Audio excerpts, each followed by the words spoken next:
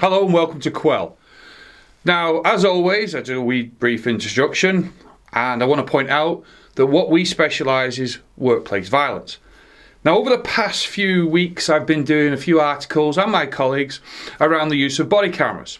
It's interesting really because there's different types. You get the little ones that you can attach to a cord to a unit, or you even get the ones that just go on with more modern ones with the screens on front.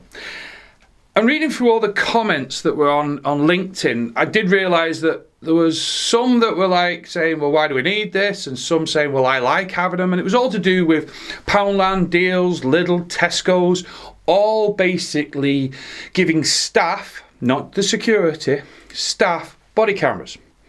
And I was asked, even by my clients, why I was so negative against it. And I was pointing out, I'm not negative against body cameras. I'm not. I'm actually one of few people actually promoted them when they first came out, if they were used correctly. See, body cameras are good, obviously, for storing information and gathering evidence. However, sometimes they can promote a degree of aggression from people. Like they'll say, why are you filming me? Why are you doing this? What's that? Why do you have to do that? So what I do is, I basically go back to the basics. And the basics is, do you really need body cameras? Where do you need them? When do you need them? I noticed from a lot of the articles that I've been reading, a lot of them were saying, oh, it's been risk assessed at what time of day we should use these. Yeah, I know, because shoplift and obviously aggressive natures, they do have a time schedule, don't they? I mean, imagine if they started before 9 o'clock in the morning and they mustn't go past 11 o'clock at night. Now that might sound sarcastic, because it is. Because I've been in this game for over 18 years and I've seen it all, trust me, when it comes to incidents of workplace violence. But the thing is, you do have to do a risk assessment. When do you need them? How do you need them? But more importantly, and this is where I try to point out to my clients, how do they work in tandem with, say, external organisations like security? And what I mean is that who's responsible for what? I've got a client right now, not going to mention them, whose security company are pushing all the responsibility of the body cameras for their security staff onto my client. And I'm the one going, hang on a minute, you're the ones that are going to be using them. So again, where's the trail of responsibility? I know a lot of you watch my videos where I talk about the owner and obviously, for instance, who's in charge of the data, the responsible one, who's the processor, who's even the operator. And it's the same effect where you look at it from CCTV to the use of body cameras. So I just want to keep it hopefully simple for you. If you are considering putting body cameras onto your staff, why? Not being funny, but why?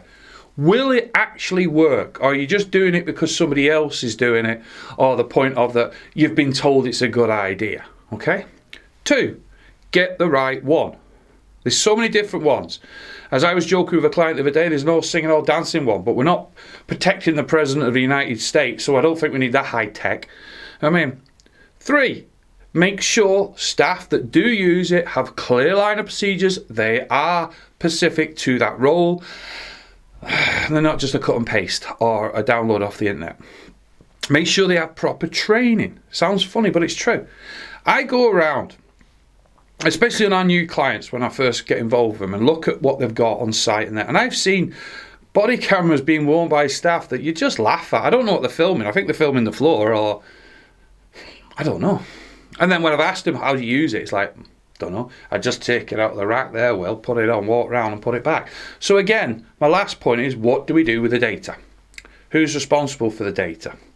Do we download the data? Because when I was an expert witness, don't do it anymore, please stop asking me. The one thing that I found that fell down a lot was not just the actual taking of the data, the actual videoing of something. Was actually how they processed it and how it was secured, because sometimes it appeared on YouTube, just like me.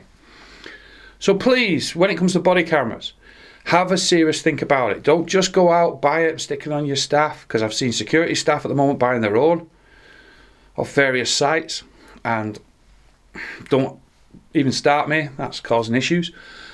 And please, it's worth looking at the safety of your staff, but is there other measures as well? because just putting a body camera on a staff member is not always a solution. There's plenty more, and you can see more ideas on our channel. Thank you for watching. Thank you to all of you. I know there's only a small few, but I appreciate it, that do comments and like and share. So thank you to you. And let's see what the horizon sets for the risks within all sectors in relation to workplace violence. Stay safe wherever you're doing, and bye for now.